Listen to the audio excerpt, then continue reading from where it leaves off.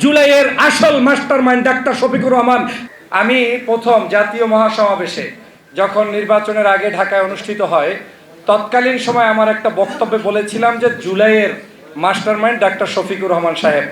এর পরবর্তীতে আমি দেখলাম আমাদের প্রিয় ভাই মেজর সাহেব, উনিও একটা বক্তব্যে এ ধরনের বক্তব্য দিয়েছেন, আমাদের আরও বেশ কয়েকজন জাতীয় নেতা দিয়েছেন। আমি বলেছিলাম আমার জানা জায়গা থেকে যাকে আমি এই স্বীকৃতি দিচ্ছি সে এটা গ্রহণ করবে করবে না সেটা তার ব্যাপার, কিন্তু আমি যতটুকু জানি সেটা যদি ইতিহাসের পাতায় আমি লিপিবদ্ধ করতে অপারগতা প্রকাশ করি তাহলে ইতিহাস ভুলে যাবে। আমার এখনো মনে আছে যখন জুলাইয়ের এই বিপ্লব শুরু হয় তার ঠিক 2 মাস আগে আমিরে জামাত ডাক্তার শফিকুর রহমান সাহেব তুরস্কে সফর করেছিলেন।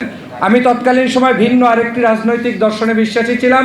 সেই দলে থাকা অবস্থায়ও দেশপ্রেমিক হিসাবে ফোন করে যখন বললেন যে তুরস্কে এসেছি, তোমার সাথে আজকে সাক্ষাৎ হবে, সন্ধ্যায় আমি খুবই খুশি হলাম। এবং তখন তো একটা ইউনিটি কনসেপ্ট ছিল যে আমরা সবাই ঐক্যবদ্ধভাবে ফ্যাসিবাদকে তাড়াবো, কি জামাত কি বিএনপি, আমরা সবাই মিলে একাকার। সেই জায়গা থেকে ওনার মুখ থেকে একটা শব্দ এসেছিল, ওটার কারণে আমার আত্মবিশ্বাস তার উপরে বের হয়েছে। উনি বলেছিলেন, তুমি যেই দল করো ওই দলের দিয়ে হয়তো দেশের পরিবর্তন হবে না, দেশের পরিবর্তন হবে কয়েকদিনের মধ্যে বাংলাদেশে একটা বিপ্লব সংগঠিত হবে, পারলে সেই বিপ্লবের জন্য গ্রহণ করো। এবং আমার এখনো মনে আছে ঠিক বিপ্লবের 5 থেকে 10 দিন আগে উনি আরেকটা মেসেজ সেন্ড করেছিলেন যেখানে বিপ্লবের একটা বার্তা আমি পেয়েছিলাম এবং উচ্ছ্বাসিত হয়ে দিন রাত 24 ঘন্টা টকশোতে অনলাইনে ভিডিওতে আপনাদেরকে উদ্বুদ্ধ করেছিলাম শুধুমাত্র একটা কারণে, যে আমার মনে হয় বিপ্লব হবে। কিন্তু প্রথম যেদিন উনি বিপ্লবের কথা বলেছিলেন তখন আমি মনে করেছি ইসলামী দল মানেই তো বিপ্লব চায়, বিপ্লব বিপ্লব ইসলামী বিপ্লব, হয়তো সেই বিপ্লবকে উনি বলেছেন।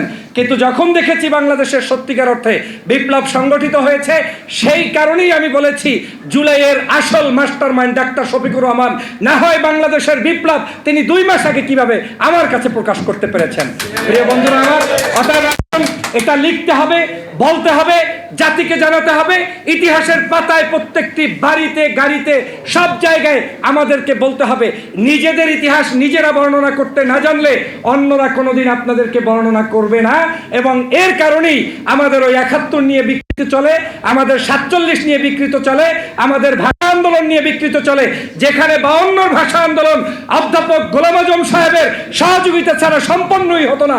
অথচ এই ব্যক্তিকে আজ পর্যন্ত জাতি সেইভাবে সমমর্যাদা দিতে কিন্তু পারে নাই, কারণ তিনি ডাকসুর নির্বাচিত দিয়েছিলেন।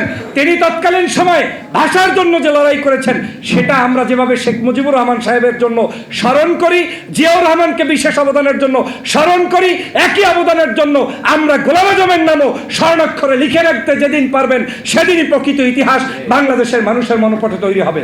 সবাইকে ধন্যবাদ। আমারও একটা লেখা আসবে ইনশাআল্লাহ, সে লেখাটা হবে জামাত শিবিরের অবদান এই জুলাই বিপ্লবে।